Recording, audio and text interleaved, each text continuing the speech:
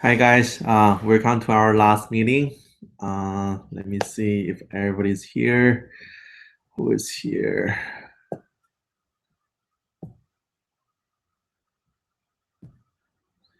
All right, Taylor, I see you here. Natalie's here. Oh, Natalie's here early.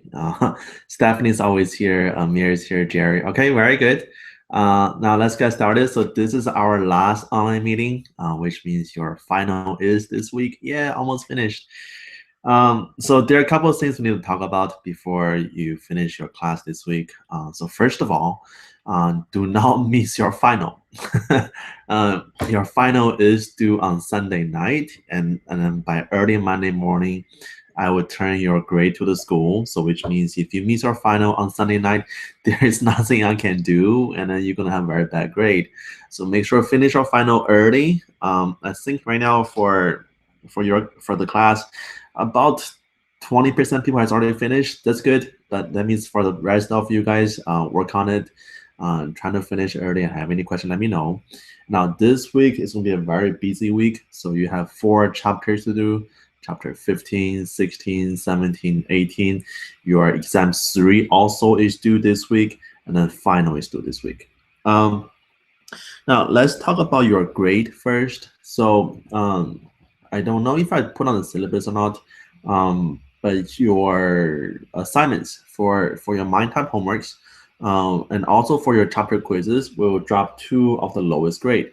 So if you did bad or if you miss a couple before, you're going to drop it. Now, which brings to another point, your chapter quiz now are open. So all the quizzes, if you haven't noticed, your chapter 1 all the way to chapter 18, they're all open. And then they're all open until Sunday night. So if you miss anything, if you did badly on any of the quizzes, you can go back in there to work on them. And then also the chapter quiz is a good way to review for the final and also your test. So go back to the quizzes and then see what you did and then look at the question you missed so you wouldn't miss the same question again on the final. Many of the questions on the final are coming directly off your exam and the chapter quizzes. So if you can do good on those chapter quizzes, you'll be fine on the final. Okay, and then also for MindTap homework, your Applia homework on MindTap, this might be a little open secret if you haven't know yet. The Applia MindTap homework, now even though it has a due date on there, but the due date is not strictly enforced. So even for those past due MindTap assignments, you can still go back in there and finish them. So if you miss a couple or two, go back in there and work on it. Trust me, I wouldn't notice you missed it. Okay, so work on it and finish everything before Sunday night, and then on Sunday night, probably around 10 o'clock, I will import all the grade from MindTap into your D2L, and therefore by early Monday morning. So if you go online around probably 12:30 in the morning or 1 o'clock in the morning by Monday morning, you'll be able to see your grade. Now, I know many of you guys are transferring to another school, so you want to get your credit as soon as possible. Once I finish importing the grade on D2L, I'll put your grade into my Lone Star. So by Monday morning, all the grade will be.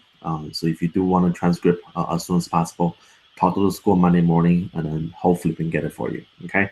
And then if any of you guys in a hurry, what you can do, you can go to my Lone Star, print the grade from my Lone Star, and then take that with you to your school, and then get the real transcript or the official transcript, once it's available. Okay, now let's talk about this week material, the stuff you guys need to learn for the week's chapter quizzes and also your exam and final. Let's do chapter 15 first. Oh, see, was it who was it? Somebody asked me a question last night. I just didn't answer it. Hopefully, hopefully they're on this right now. Who asked me a question last time? Oh, Cameron. So Cameron asked me, when will the extra credit for week 4, week 5 will be added? So your week 4 extra credit will be added to your second exam. Week 5 is also added to second exam. Week 6, so this week will be added to our third exam. So if you guys log online, probably this time tomorrow, you will see the actual credit on your chapter 2. Now for chapter 3, I need to wait for everybody to finish for exam 3. For exam 3 actual credit, I need to wait for everybody to finish the exam first, then put in the actual credit for it. So that actual credit you won't see it until probably late, very late on Sunday night. But I promise you by this time tomorrow, you will see your exam 2 actual credit in them. Okay. All right. So let's start talking about your chapter 15 stuff. Now let me do screen sharing. So I want to make the same mistake again like last week. All right, screen sharing and chapter 15. Where did my chapter go? Here we go. All right, so chapter 15 talk about Monopoly. Now, Monopoly, remember Monopoly, now you guys all play the game Monopoly when you're a kid, right? So to win the game Monopoly, you got to be the only person left. That you own all the real estate, and then everybody else is all the money, then you're the monopoly. So for monopoly, the key for monopoly, you can remember, is that monopoly, it just means it's a single company in the marketplace where there's no competition whatsoever. So one company in the marketplace with no competition, this is a monopoly market. Now, for monopoly, so that's the definition. So monopoly is a firm that is sole seller of a product with no close substitute. Therefore, they have no competition whatsoever. And then make sure you know what's a market power. So market power means the company has control or has influence on the market price. That's a market power. Now, since a monopoly is the only company supplying the good, then your monopoly company has all the market power available. Okay. And then for a monopoly company, there's also barrier to entry, because for a monopoly to stay as a monopoly, they have to stop other company to join in the market and compete against them. So there must be some type of barrier to entry. Now, for barrier to entry, you can think this like for example, the book has is De Beer. So De Beer owns most of the diamond mines in the world. So they're called natural monopoly. They own all the key resource. And then you also have like a patents, copyright law. Those all part of the barrier to entry. So stopping other company from competing. And then natural monopoly means that if a company, if it's more efficient for one company to supply the entire market, then you're gonna have a natural monopoly. So example, you can think of, think about the Houston market. So in the Houston area, if you need to get natural gas to the house, there's only one company for that, CenterPoint, right? Which means CenterPoint in Houston for natural gas is a monopoly. Now, you could compete against CenterPoint, but in order to do so, you need to lay pipes, brand new pipes, to every single house to supply natural gas. Now, that will be very, very inefficient because you don't need two pipes to supply gas, just need one pipe. So in this case, your CenterPoint will be a natural monopoly because it's more efficient to have one company supply the entire market. Okay. All right, so you're gonna see a question like this, both on your Mind tab app layer and also on your quizzes. So make sure to know how to do this, how to find out what is the quantity. I mean, given quantity price, find out what's your total revenue, average revenue, marginal revenue.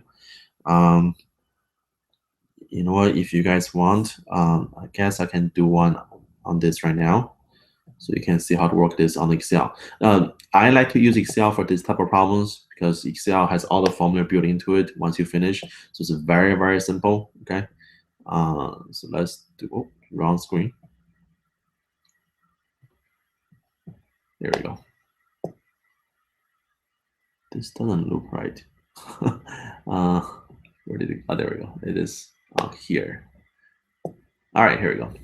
Now, so price and quantity. So let's do the two columns, P and Q. So price is, or Q and P. Yeah, Q and P. And then we have 0, 1, 2, 3, 4, 5, 6. And then price is $4.50, $4, $3.50, and then $3, $2.50, and $2 and $1.50. And then total revenue. So total revenue equals to your price times quantity. So what you do for the first one, you're going to use your 0 times 4.5. 0. Now, there's a shortcut in Excel. I don't know if I should teach you guys this. But you know what, since it's already here and it's already last week, let me teach you this. So the shortcut is, if you finish the first sale, for anything after that, the formula is already in there. So for the next sale, you're gonna use your 1 times 4, but you don't have to do that anymore. So what you do, go to your first sale, go to the right bottom corner, click on it, drag it down, voila, all the answers in there, okay? And then average revenue, so AR. Average revenue is your total revenue divided by quantity. Now, for the first one, we cannot do it because you cannot, if you do 0 divided by 0, it's undefined, okay? But we can do it for the second one. So for the second one, your total revenue is 4, quantity is 1, so 4 divided by 1, just 4. Now again, for everything else, click on it, drag it down, drag it down. All right, so that's the average revenue. Yeah, I should have taught you guys this earlier, but that will be too easy. Now, marginal revenue. Marginal revenue is the difference between each level of total revenue. So, so for the first level of marginal revenue, there will be difference between 4 and 0. So 4 minus 0, so difference between each total revenue. That'll be just 4. Now for everything else, again, click on it, drag it down, and that is your total revenue. I mean, so that's your margin revenue. All right, so that's how you do this type of problem. Pretty easy, right? All right, and guys, it's the same as Excel. Excel, for many of you guys who's going for business later on, you need to know how to work Excel. Excel is a very good program to use in your work and in your life. Okay, now let me see what else we can talk about. So know what's the output effect, what's the price effect. So output effect means higher output, increase revenue. Price effect means lower price, increase total revenue. I think this is one of the questions on Applia. I think I got it wrong, but make sure when you look at it, know which one's which. Okay, so output effect means you produce more, your total revenue will increase, and the price effect means you lower the price, your total revenue increase. Okay. And the reason why when you lower the price, it can actually increase total revenue is that when the price is lowered, consumer will buy more of that good. So your price goes down, but quantity increase more, then total revenue will increase. Okay, so that's a price effect. All right. Okay, so this graph over here. So if you look at this graph again, what's the first thing you're looking for? It's where the marginal cost equal to marginal revenue. You know what? From now on until Sunday night, when you guys go to bed at night, I want you to dream about me. Now it's hard to dream about me, especially you cannot see me. But dream about my voice in your head. Okay, so let it get to you. Okay, so in your dream, my voice will be telling you that the first thing you're looking for is where is a marginal cost equal to marginal revenue. All right, one more time. Okay, so the first thing you're looking for is where the marginal cost equal to marginal revenue.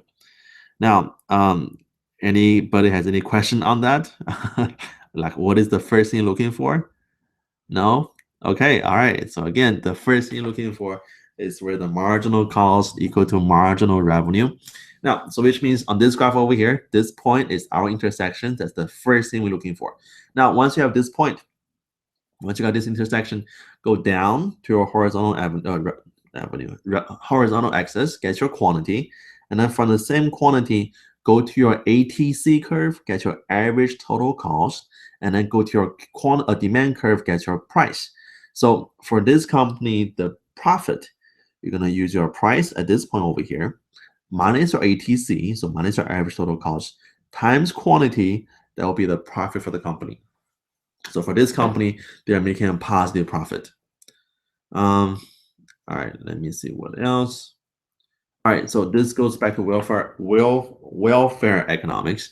Now, monopoly is not efficient because from monopolies, company are able to make a profit. Now, profit is good, but if you have a profit for one individual company, that's going to be one monopoly company in the marketplace. Profit means bad for the economy because for a monopoly company, when they're producing something, they're setting where the marginal cost is equal to marginal revenue to maximize the profit. But as the economy, we want them to sell more. Because I mean, if you take let's say this point, let me make this a little bigger. Now, so for this monopoly company, Again, the first thing looking for is where the marginal cost equal to marginal revenue. So that's the first point. And then the quantity is set at QM. Now, if you look at QC over here, so at this equilibrium over here, price is equals to your marginal cost. That means for this QC, QC, for any consumer who is willing to pay more for the good, who's willing to pay more than the marginal cost for the good, they'll be able to buy the good.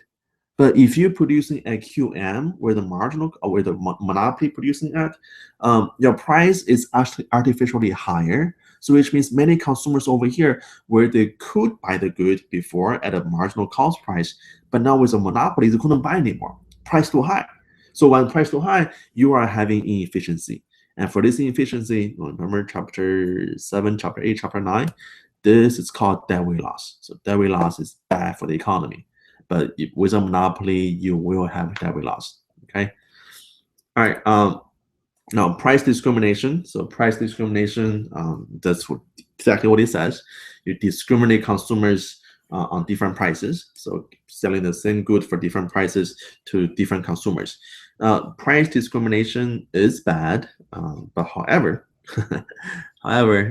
price discrimination can enhance your total surplus in the economy. Now, let's look at this graph over here. So for this graph, as a normal monopoly, where the marginal cost equal to marginal revenue, this is the price for the good. So again, the green triangle on top, that's your consumer surplus, and then monopoly profit over here, the rectangle, and then this triangle over here is your deadweight loss. Now, if a company was able to price discriminate and then charge every single consumer different prices, that in the end, your surplus looks like this. So this entire triangle all become monopoly profit. And then the consumer surplus gone. The deadweight loss also gone. So in this market, when the monopoly company was able to perfectly price discriminate, consumers are worse off, but company profit goes higher, and then your deadweight loss also goes away. So we company don't actually have this right now. We have price discrimination. You might not even notice it. I mean, really, remember that the definition for price discrimination is to sell the same good at different prices to different consumer. So if you guys think about, if you guys want to buy, I don't know, like a pair of shoes or dress or clothes, if you buy them right now, it's probably regular price. But if you wait a couple of days when we have a Labor Day holiday coming, there will be sales in the store, and then by that time the price will be lower. Now, even though it's lower because of sale, but still you're selling different prices for the same good. That is called price discrimination. Okay, so we do have price discrimination, but when we do that, the deadweight loss is lower in the economy. Okay, and in this case, there is no deadweight loss. All right. Let me see what else you need to know. All right, so that's it for chapter 15. Okay. Does anybody have any questions on chapter 15 right now? No? All right, then let's go to chapter 16. One down, 3 more to go. All right, so chapter 16 is called a monopolistic competition. So for monopolistic competition, it's very similar. It's like right in the middle between your monopoly and then your chapter 14, your perfect competition. So perfect competition, the market was very competitive. Nobody makes any profit in the long run, and then everybody's price taker. Now monopoly, there's only one company in the marketplace. There is no price, there is no competition, and then there might be some profit in the long run. Monopolies competition is right in the middle. So there are competition, but each company still have control over their production. Okay. So a definition for monopolies competition is you have many firms sell similar but not identical product. Now, if you remember for perfect competition, that is many firms sells identical product. So differences from monopolies competition is many firms sell similar but not identical product. So let me see. Oh, here we go. So Again, if you see a graph like this, the first point you're looking for is where the marginal cost equal to marginal revenue. So this is the first point. And if you compare, this will be the ATC. This will be the price over here. So price more than ATC, then this company is making a profit. Now, the same with monopolies competition, even though they have some control over their price, but because the market is very competitive, in the long run, everybody are just breaking even. So this profit is only okay in the short run. Now imagine that we have a market like this, and then let's say this is a ice cream business. So there's an ice cream store in town, and then this company is making a lot of profit. Now, what do you think other company would do? They're going to compete against this company, right? So they're going to open more stores. They're going to open their store, and then compete against this first company. Now, when you have more store open, the demand curve will be shift lower, and then price goes down. When price goes down, your profit will go away. So in the long run, this is what it looks like for monopolistic competition. So in the long run, your average total cost curve is just tangent of your demand curve. So in the long run, there is no profit. So P equal to ATC, then profit equal to 0. Okay. All right, let me see what else you need to know for this one. Oh, that's it for chapter 16. That was fast. So remember, for chapter 16, from monopolies competition, it means many companies, they all competing in the marketplace. They sell similar but not identical good. And most importantly, in the long run, everybody is all just breaking even. So this is the long run, this is short run, and this is short run. Okay, so that's it for chapter 16. And then next, let's look at chapter 17. Chapter 17 is probably the most interesting chapter in the entire book. It's called the oligopoly. So oligopoly, it means you have a marketplace where you have few, so more than one, but not too many. So few companies in the marketplace, they either sell same good or sell a similar good. So the key with the oligopoly is that the action of one company will have an impact on the other companies.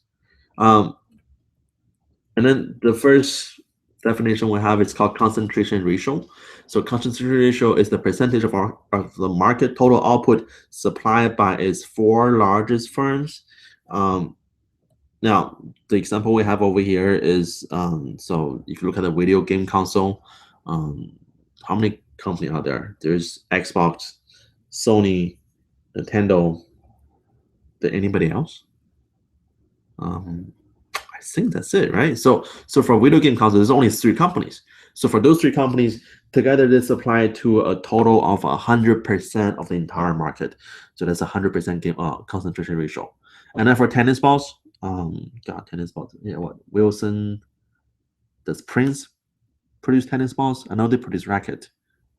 I think Prince also produced tennis balls. Anyway, but for tennis balls, only very few companies. Now, for credit cards, that's an interesting story. Now, for credit cards, if you think about the company has credit cards, so you have Visa, Master, American Express, Discover. So those 4 companies over there together total 99% of all the credit cards in the world. So that's called a concentration ratio. Also cell phones, Sprint, T-Mobile, Verizon, AT&T. Sorry guys, my dog is barking. Yeah, anytime there's a delivery coming up, my dog always barks. Shh, Dodo, quiet down. Oh yeah, by the way, my dog's name is Dodo. Okay. All right, you're okay. Yeah, I have a Yorkie, but it's a big Yorkie. Now, normally Yorkie goes about anywhere from 6 to 10 pounds. My Yorkie is 17 pounds. It's a huge Yorkie. All right, it's okay. It's only UPS. Oh, here, let me see. It's only UPS. All right, you go outside now. All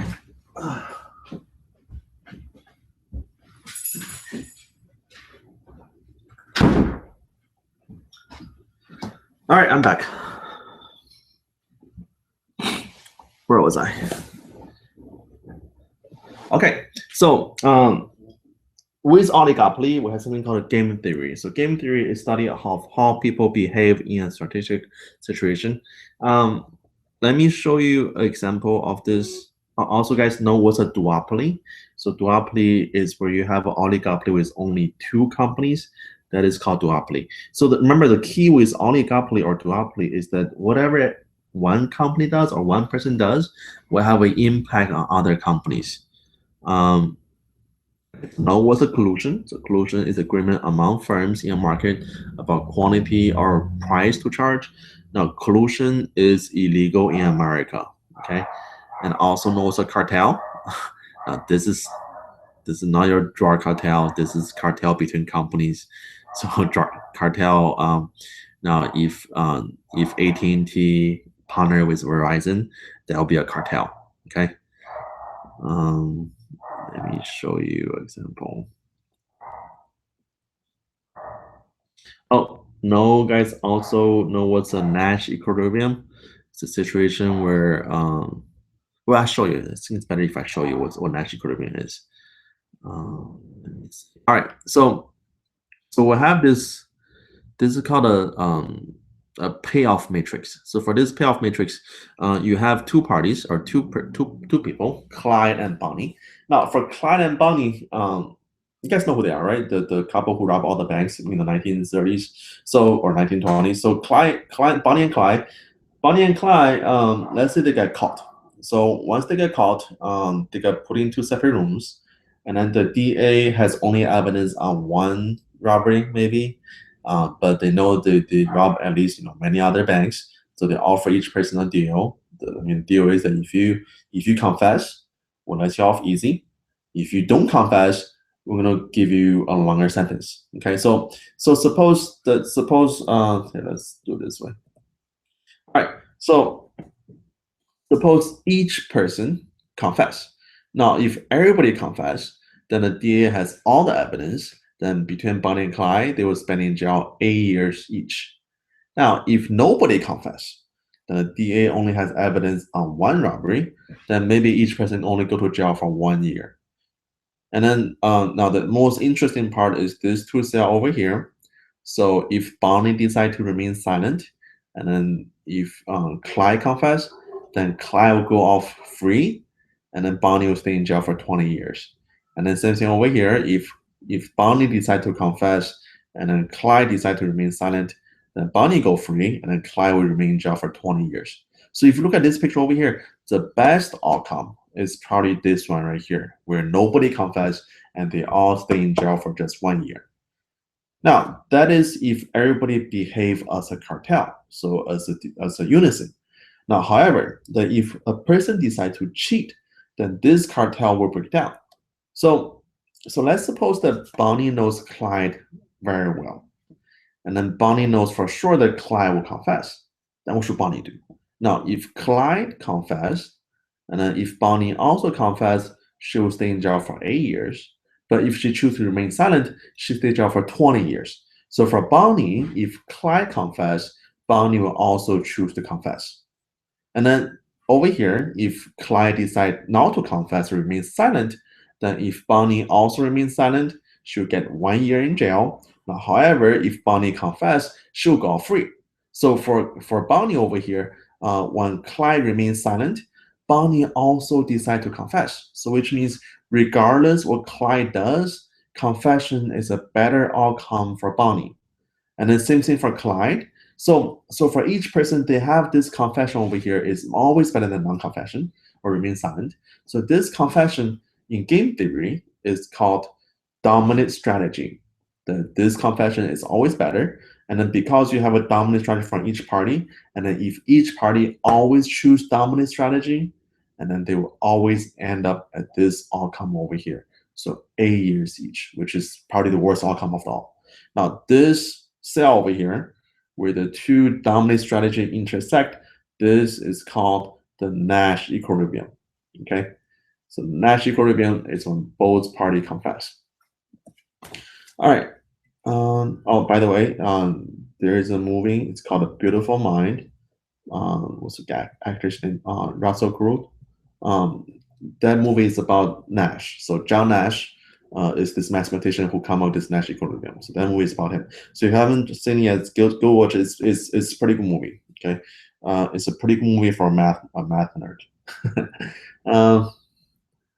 All right, let me see. Anything else to talk about for chapter 17?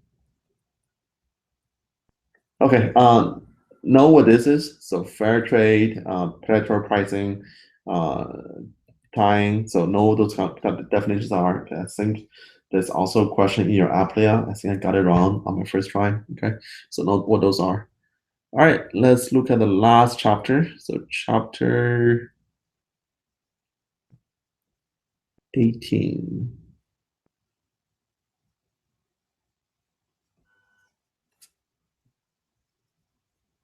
All right, so chapter 18 is the market for factory productions, which is also the last chapter for our semester. So no, this is already, you guys already know this. This is from chapter 2. So factory production is on land, labor, and capital. And then we're gonna look at how the market for this good works, okay? Now, first know what's a derived demand. Now, a derived demand is demand for factory production. Let me give you an example. So let's suppose you like to eat sushi. Now, you want to buy sushi. You don't want to buy sushi chefs. But in order to make sushi, you need sushi chefs. So sushi chef is a derived demand from sushi. So it's more like a secondary demand. So we need sushi, therefore we need sushi chef. Okay, so that's the factory production. All right. So know how to work this, so how to work the production function. I think I can show you example. All right, so let's work on this one. Let me open my spreadsheet. Okay, so for the spreadsheet, now again, guys, this is your best friend from this point on, so make sure you use them, okay? You know what, I even prefer to use this on the test. It's easier. Labor quantity. Labor is 0, 1, 2, 3, 4, 5. Quantity 0, 1,000, 1,800, 2,400, 2,800, 3,000. And then your MPL is called the marginal product of labor. That measures how much output does each additional worker produce. And then we have the VMPL, that's the value of marginal product of labor. It measures that for every extra labor you hire, how much additional value this labor bring to the company. Now, for MPL, you're just gonna use your the increase in quantity from increase of labor. So if you look at the first one over here, from 0 to 1, our quantity increased by 1,000. So it's very much like your marginal revenue, marginal cost. So it's just a difference between each level production. So for the first one, for the MPL, it's going to be 1,000 minus 0. And the second one will be 1,800 minus 1,000. Now again, we don't have to type everything down. Just click on it, drag it all the way down, all the way down. All right. And then for the VMPL, the value of marginal product of labor, you're going to use your VPL times your price. Now, price over here is $5. So VMPL is going to be 5 times your MPL, and then 5,000 for the first person, and drag it down. That's your VMPL. Okay. All right. So that's that. That was easy.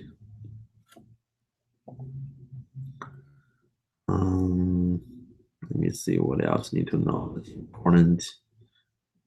Not so much. No, it's no, it's a monopoly. So monopoly is where the marketplace only has one buyer. So monopoly is only one seller, and then monopsony is one buyer. Okay, yeah, it's not a made-up word. It's a real. I think this is it for chapter 18. Yeah, so for chapter 18, it's not that much difficult. It just implying your demand supply curve to the the market for factory production. Okay. Oh, this one is important. So the marginal part of labor is the changing quantity over change of labor. Okay. All right. So does anybody have any question at this point? Any question for me to answer? No? All right. So guys, if no questions, again, remember this is our last week. Um, and then which means that you need to finish everything that's due on D2L and also finish everything that's due on your mind tab. And then if you have any question, ask me. Now, also, don't forget your chapter quizzes and also your mind tab homework. They're all open. So if you need to work on any of them, work on them. Okay. And then they will be counted by Sunday night. All right. So if no questions, guys, we're going to end it here today. And if you have any question, let me know. Good luck on your final. Good luck on your test. Good luck on your quizzes. And then hopefully everybody get an A for the class. And if you have any question, let me know, guys. All right. See you later. Start